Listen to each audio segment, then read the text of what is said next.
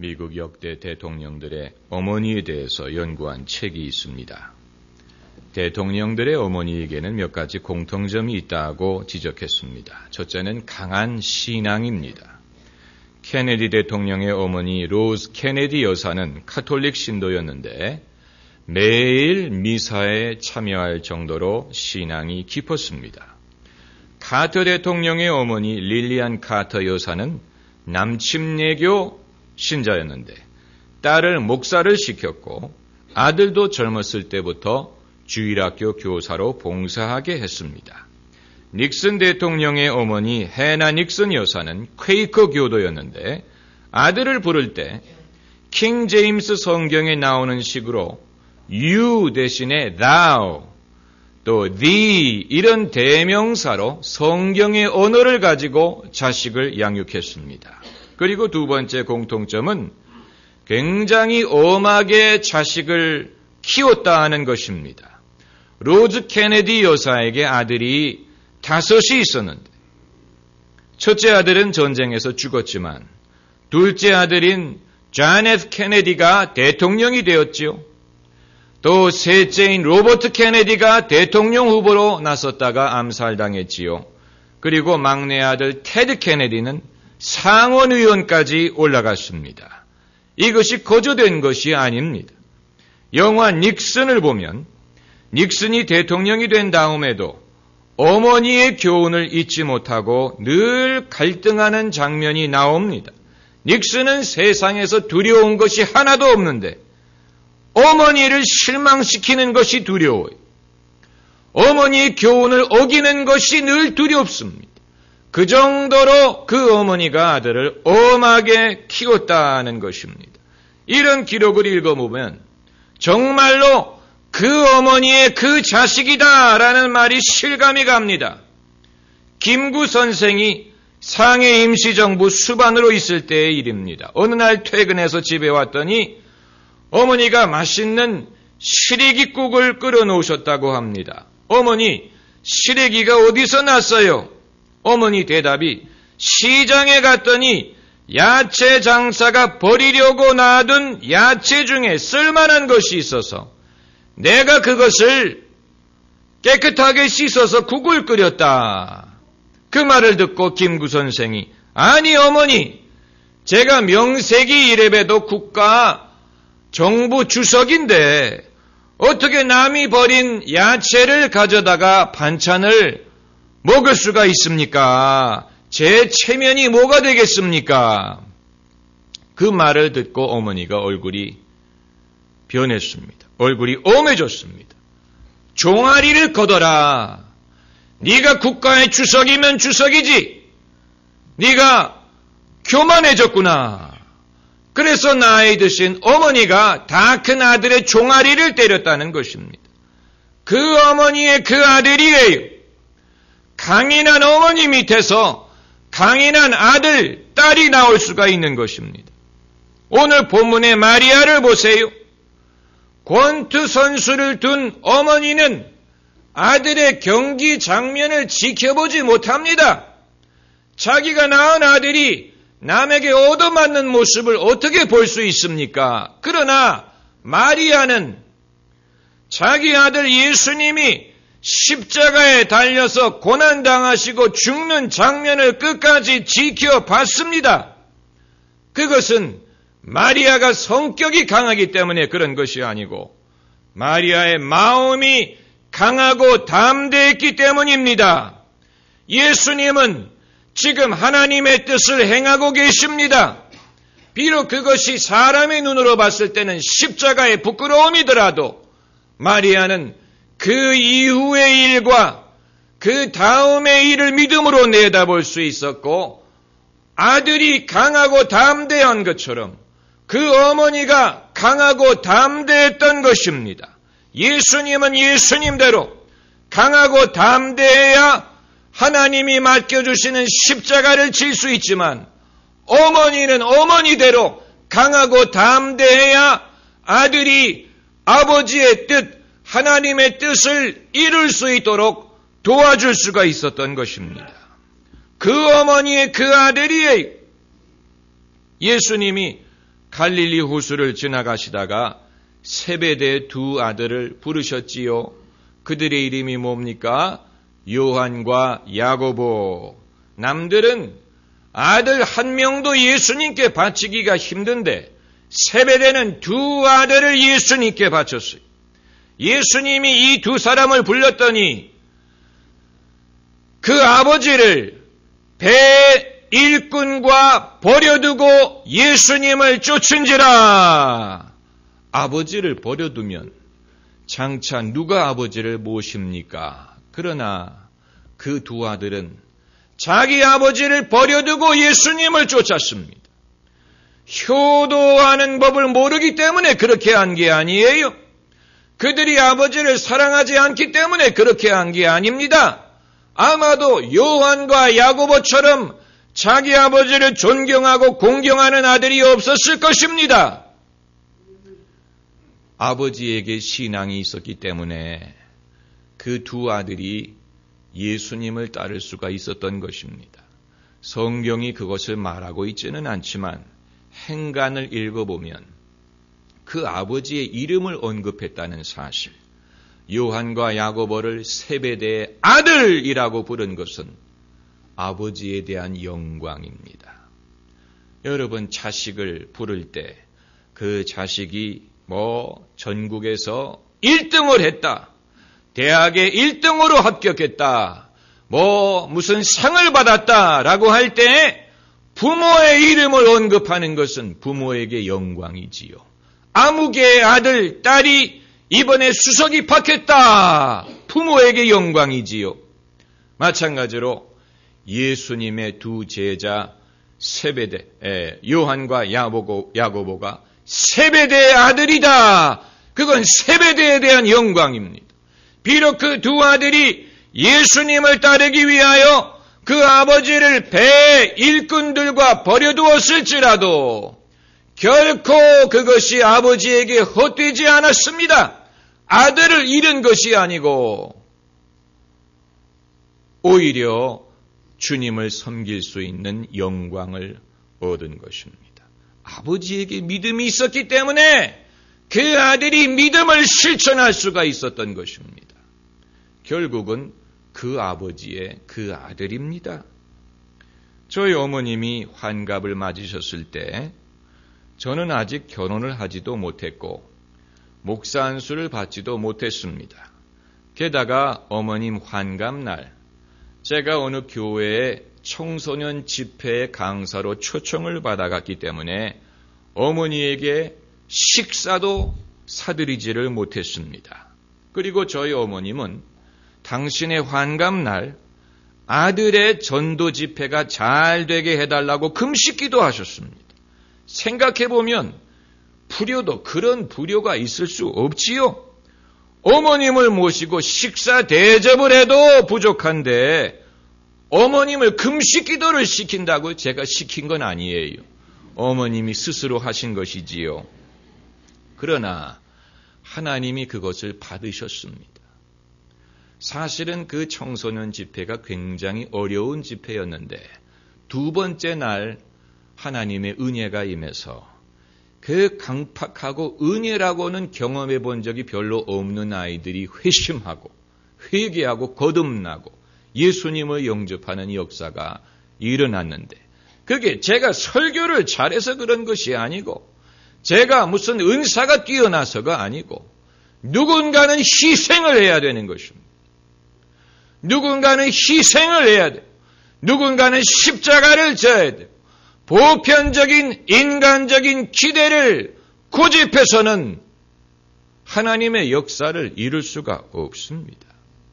그러면 어떻게 하는 것이 효도하는 것이냐? 예수님은 어떤 효자이셨습니까? 오늘 본문을 읽어보면 예수님처럼 불효자식이 없습니다. 첫 번째 이유는 자식이 어머니보다 일찍 세상을 떠났기 때문에 자식이 부모님 장례를 치루어 드릴 때도 자기를 불효자식이라고 일컫는데 자식이 먼저 세상을 떠나면 얼마나 큰 불효가 되겠습니까? 옛말에 부모님이 돌아가시면 산에 모시지만 자식이 죽으면 부모의 마음에 묻는다고 했는데, 제가 그동안 장례 집례를 하면서 가장 힘든 장례식이 그것입니다. 자식이 먼저 세상을 떠났을 때, 그때는 뭐라고 설교를 해야 될지 알 수가 없습니다. 그냥 무슨 우리가 평소에 듣는 식으로 천국에 갔습니다, 하나님이 맞아주셨습니다, 그 말로는 부모의 상실감과 슬픔을 위로할 수가 없습니다. 하나님이 위로해 주시기 전까지는 사람이 섣불리 위로할 수가 없는데, 예수님은 어머니가 지켜보시는 앞에서 숨을 거두셨습니다. 그것도 무슨 질병이나 사고로 돌아가신 것이 아니고 범죄자로 몰려서 십자가에서 수치스러운 죽음을 당하셨습니다. 그 당시에는 사형을 집행할 때 옷을 완전히 벗겨버리고 십자가에 매달렸어요. 예수님이 사람들 앞에서, 자기를 낳아주신 어머니 앞에서 완전히 수치스러운 모습으로 십자가 처형을 당하셨습니다. 피에타라는 조각이 있지요. 돌아가신 숨 거둔 예수님을 마리아가 무릎 위에 안고 있는 그 모습입니다. 피에타라는 말이 라틴어로 슬픔이라는 뜻인데, 그 어머니의 슬픔을 상상하고도 남지요. 예수님은 그런 식으로 어머니에게 효도를 하지 못하셨습니다. 그리고 두 번째는, 예수님은 하나님께 헌신했기 때문에 어머니를 위해서 재정적으로 무엇을 준비해 드릴 수가 없었어요. 집을 마련해 드린다든가 돈을 남겨드린다든가 이런 것을 할 수가 없었습니다. 오늘 본문 말씀을 보면 숨을 거두시기 전에 예수님이 요한에게 당신의 모친 마리아를 부탁하는 장면이 나옵니다. 오늘 본문 26절을 보면은 예수께서 그 모친과 사랑하는 제자가 곁에 섰는 것을 보시고, 여기서 사랑하는 제자는 요한을 일컫는 것이라고 봅니다. 성경의 저자들은 마태든 마가든 요한이든 자기의 이름을 거론하지는 않지만, 마치 영화에 카메오가 있는 것처럼 감독이 잠깐 얼굴을 비치지요. 히치콕의 영화를 보면 히치콕이 영화 도중에 잠깐 얼굴을 보이는데 그것을 카메오라고 부릅니다. 마찬가지로 마가복음에도 마가의 모습이 잠깐 나옵니다. 이름을 말하지는 않지만 자기가 이 복음서를 썼다는 것을 뉘앙스로 말하는 그런 장면이 있고, 요한복음에도 나 요한이 이 기록을 쓴다라는 말은 없지만 주님이 사랑하시는 제자라는 그런 그 글이 계속 나옵니다. 여기에서 그래서 그 모친과 사랑하시는 제자, 이게 요한일 것이라고 보는 것입니다. 그런데 예수님이 요한에게, 모친에게 말씀하시되 여자여 보소서 아들이니이다. 이제부터는 요한이 어머님을 아들처럼 모실 것입니다. 그런 말이고, 그 제자에게 이르시되 보라 내 어머니라 하신데, 그때부터 그 제자가 자기 집에 모시니라. 예수님은 집이 없었어요. 예수님은 당신의 모친을 모실 집이 없었어요. 그래서 남의 집에 예수님을 부탁했습니다. 예수님이 예루살렘에 입성하실 때 타던 나귀도 남의 것을 빌린 것이고, 예수님이 돌아가신 다음에 장사 지낸 무덤도 남의 묘를 빌린 것이고, 예수님은 당신의 모친을 모실 때에도 남의 집에 모셨습니다. 예수님의 명의로 된 것은 없었습니다. 그러나 중요한 것은 마리아는 그것을 불만스럽게 생각한다거나, 마리아는 그것을 억울하게 생각한다거나 그런 것이 없었습니다.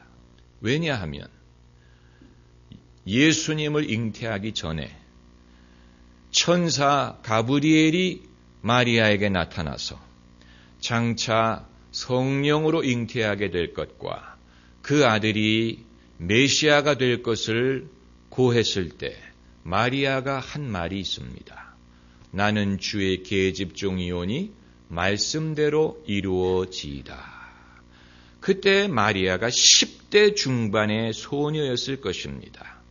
10대 소녀의 입에서 나온 말이 나는 주의 계집종이오니 말씀대로 이루어지이다. 그것이 마리아의 인생의 좌우명이에요. 그렇기 때문에 당신의 아들이 공생애를 시작하고 당신의 아들이 십자가를 지게 될 때 마리아는 자기가 낳은 아들이지만 아들을 통해서 호강을 하려고 한다든가 아들을 통해서 세상의 명예를 얻으려고 한다든가 이런 것을 다 버리고 나는 주의 계집종이다. 하나님의 계집종이다. 내 아들만이 예수 하나님을 섬기는 것이 아니고 나도 하나님을 섬긴다. 모자가 함께 하나님을 섬겼어. 그렇기 때문에 보편적인 어머니는 그 아들이 이렇게 하는 것을 납득하지 못했을 것이지만 마리아는 주님의 계집종이라는 사실이 변치 않았습니다. 여러분, 우리가 살면서 사람들과 갈등을 겪는 가장 큰 이유는 대접받을 것을 요구하기 때문입니다. 사람이 나를 대접해 줄 것을 요구하기 때문에 갈등이 생깁니다. 그것이 배우자든 자식이든 이웃이든 식당에 가서 종업원에게 대접받기를 원하기 때문에 얼굴을 붉히고 종업원과 싸웁니다. 서비스가 이게 뭐냐? 음식이 이게 뭐냐? 음식이 어때서요? 주는 대로 먹으면 됩니다. 안 죽습니다. 종업원은 손님이 불평할 때 말대꾸를 할 수 있는 입장이 못 됩니다.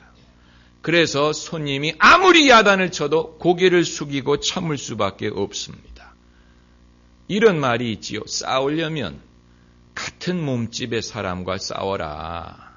나보다 몸집이 작은 사람과 싸우는 것은 비겁한 일이지요. 마찬가지로 우리가 화를 내려면 적어도 입장이 나와 비슷한 사람에게 해야지 나를 섬기는 입장에 있는 사람에게 화를 내는 것은 상대방이 그렇다고 말대꾸를 할 수도 없고 맞상대를 할 수도 없고 그것은 비겁한 일이에요.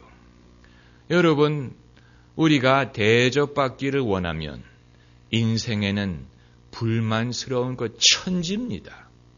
내 마음에 드는 것이 인생에 몇 가지가 있습니까? 마음에 안 드는 것이 아마 든 것보다도 훨씬 더 많을 것입니다. 날씨도 마음에 안 들고 또 나라도 마음에 안 들고 정치인들도 마음에 안 들고 그래서 저는 한국 사람들이 왜 이렇게 미국을 좋아하나? 아무리 미국이 좋아도요, 남의 나라입니다.